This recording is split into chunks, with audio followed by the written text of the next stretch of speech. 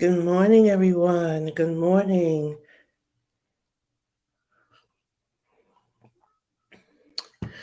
Welcome to this morning editions of Contractors Chatter. I am Luciana Turner. I'm your host.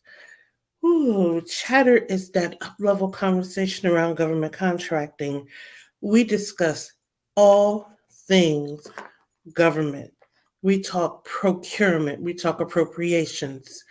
We discuss legislation, those things that affect government contractors in a overarching level. We go beyond the proposal and NACE codes and we really delve into what's going on in the industry and what the contractor should keep an eye out for. I am your host and the founder of the LT&A Consulting Group. We are an all-encompassing government contracting, consulting, and training firm. I have well over 20 years experience in government contracting, and I'm bringing that experience to you in the form of this platform, which is a informational platform. So as you join me this morning, you know how our parents taught us when you enter the room, say hello, good morning. Um, I want to just preference things. You want to stay informed, you want to know when I'm going live, hit that like button. I do go live on Facebook, YouTube, and Instagram. On Fridays, I do a Q&A session. So if you have questions, you can shoot them to me via DM or via email. My email is in all of my social media platforms, and I do Q&A. On occasion, I will bring people live on Fridays where they will join me live so we can have a conversation around government contracting where you can ask me questions live, but I only do that on Fridays. So here we go. The government contracting industry right now really hasn't missed a beat with COVID. The biggest upheaval in the industry is the whole Supreme Court ruling around OSHA being able to mandate the COVID vaccines. You know, anybody who's been following me any length of time, anybody who's been paying attention, I've said from the beginning, I really saw the Supreme Court shooting that down. However, there are still some ambiguities out there as far as government contractors are concerned. The Supreme Court did rule that anyone receiving Medicaid and Medicare funding could be subject to the mandates because you're receiving and you're depending upon government funding. Therefore, the government can mandate certain things to you as a condition upon receiving that funding. Now, how did that affect contractors? In my opinion, there's still some gray areas out there around that. I am following a couple of law firms that are government contracting experts. And there's some interesting conversations. I still say the ball is up in the air. You as a business owner, if you are taking the stance that you're going to mandate your employees be vaccinated, as a compliance person, you need to ensure that you have at minimum a policy in place where you outline to your employees that is a standing policy for your company and you have procedures in place to safeguard that information. If you're going to mandate it, you need to be able to track it. You need to be able to ensure that it's fairly applied across the board, because that is a DCAA audit stance when it comes to health and welfare benefits any type of policy, when the DCA come to do audits or any government audits, they do come in and they do audit to ensure that every policy is applied across the board, across equitable pools or applicable pools. So you need to make sure that you have a policy and procedure in place. You need to be sure that you have a methodology for tracking this and that you have a mechanism to safeguard that information. It is what it is. That's a decision you need to make with your team of advisors, your HR person, your legal representative, your insurance person. And if you don't have any of these things, I suggest you get them. We are halfway through January. Oh my goodness, the year is ticking away. We are halfway through January. Q2 government fiscal year. The president will be submitting his budget for fiscal FY 2023 to Congress the second Tuesday of February. And that date just so happens to be February 8th. That is something that is done as standard across the board every year. Now, we have not had an actual budget since President Obama has been in office. We've been operating under continuing resolutions, and which is why we have all of these threats of shutdowns and then debt ceilings and all that stuff. But he submits a budget. They go back and forth.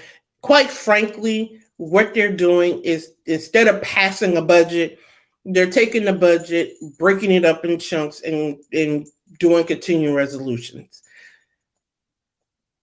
I don't want to make this a political platform, so I'm going to keep that personal statement to myself. However, February 8th, which is the second Tuesday of February, is when that gets submitted. Why is that important for contractors? Contractors must keep an eye in the present and the future. When that budget gets submitted, you will begin to see agencies dropping their forecasts. That is a time that contractors will begin to, or should begin to, look at opportunities for the next fiscal year. I'm not saying let this year drop. That's not what you're hearing me say. What I am saying is this is the time to look at the opportunities for next fiscal year. And this is the time to start planning for the next fiscal year. So once that budget gets submitted to Congress in February, I would say in March is when you're going to see those forecasts drop. That is also when you should start planning your, fourth quarter. Everybody keeps talking about low-hanging fruit.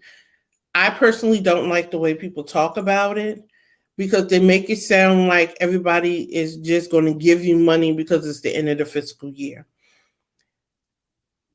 The low-hanging fruit is out there for those who've already put in the work.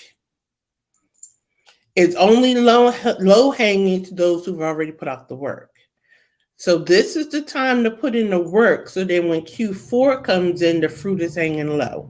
If you haven't put in the work, that fruit is just as high as it was at the start of the fiscal year. But it's just something to keep in mind. The government is going full steam ahead with its Zero Trust initiative. DOD has fully embraced it and they've charged forward. So has the Department of Veterans Affairs and the Department of Homeland Security. With these three major agencies embracing it, you will see the rest of the government embrace it as well. With that said, every government contractor needs to be looking at their IT systems. Every government contractor needs to be looking at how secure their systems are. I don't care if you're large or you're small. you should be taking an assessment of your IT systems. There is a CMMC requirement for federal contractors that's coming down the pike.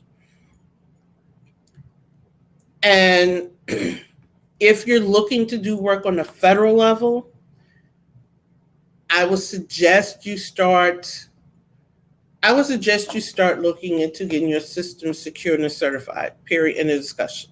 Part of that security is they're going to require that contractors report cyber attacks. They're going to require that contractors report how many ransomware, spyware, significant incidences against your system. And that is because the government has recognized that they're now being attacked through their contractors.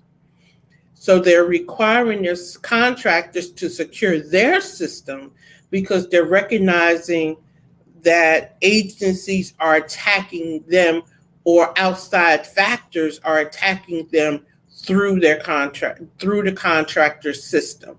They're actually mulling in through the contractors and coming into the government systems through back doors, because that is a weakness that they can't control. So they're forcing the contractors to control it. So we want to keep that in mind. We want to keep in mind that there's going to be a massive uptick in audits. With the identified fraud in the PPP loans, IRS has already asked for a significant amount of money.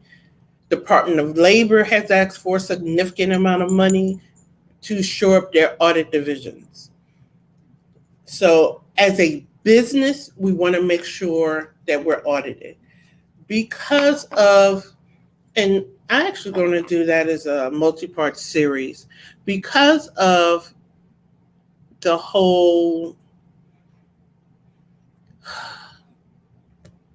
I don't want to call it a scandal because it really wasn't a scandal, but because of the whole uproar that occurred back in 2007 around government contractors and alleged fraud, there's a significant uptick or oversight in government contracting spending. So we're going to see a lot more audits in that respect.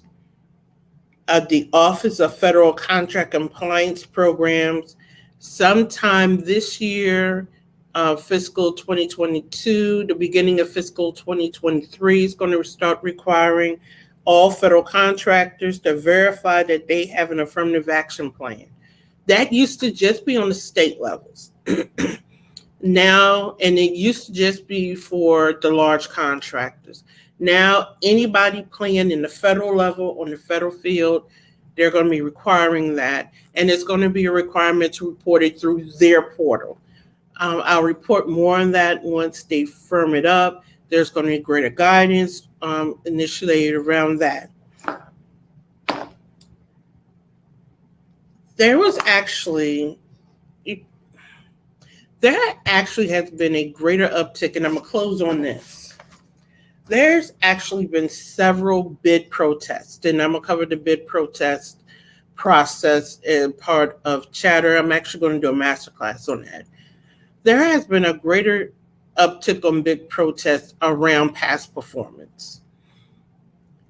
The federal level allows, or they count past performance a little differently than the state level. And past performance is basically how do you demonstrate that you have performed the type of work that's being sought for in that proposal or that RFP. That's past performance. The federal level counts past performance differently in their scoring system than it's counted on the state level. And there has been several instances where past performance requirements have been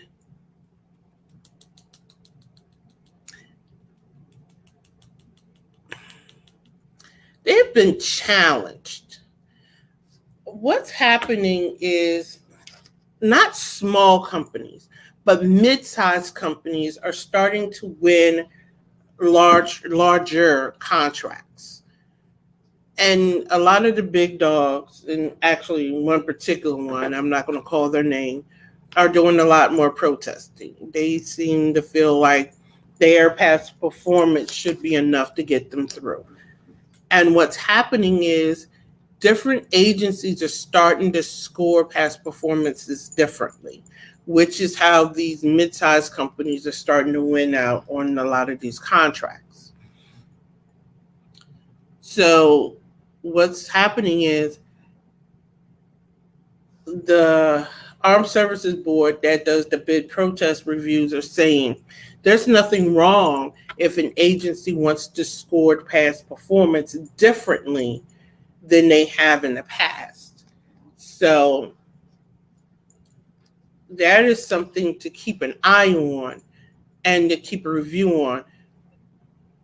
How do you track your past performance? And you should be tracking past performance as a government contractor. And if you're a subcontractor, that's still past performance. If you're a subcontractor and your prime is telling you you can't use that as performance, that's not true.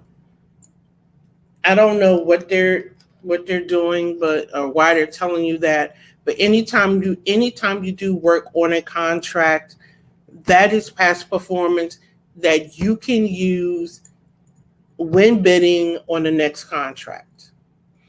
Even if it's classified, good morning, even if it's a classified contract, you can still use that as past performance. What I'm seeing is a lot of small businesses, a lot of small entities are being taken advantage of because they don't understand the rules. And with that, I'm going to do a little segue.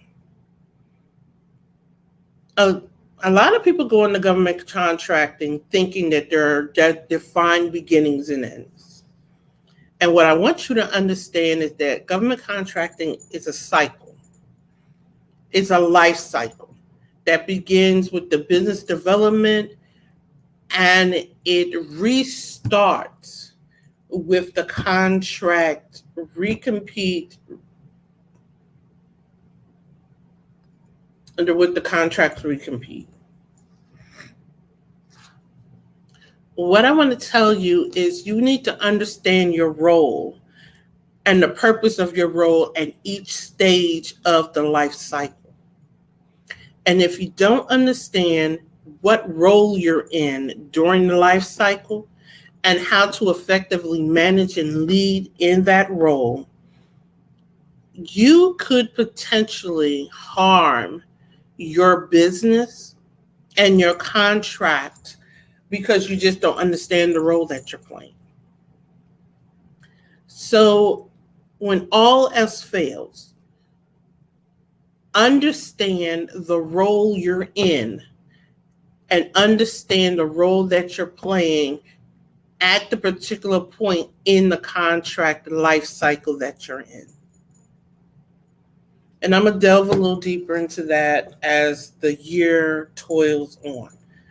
And with that, I'm going to close out and invite you to join me to Friday morning at 7:30 a.m. Eastern Standard Time. I will be live on Facebook and YouTube, and I'll go live on Clubhouse. Now I do Q&A, live Q&A on Friday. So if you have questions, you can DM them to me or you can send them via email. I'm still trying to figure out how I can go live on Instagram and Clubhouse and everything else. One of my devices died, so maybe I can resurrect it in time for my Friday Q&A so I can include Instagram. So until then, I will see you Friday morning at 7:30 a.m. And be strategic in everything that you do. Every decision that you make it quickly, but make it strategically. I'll see you Friday.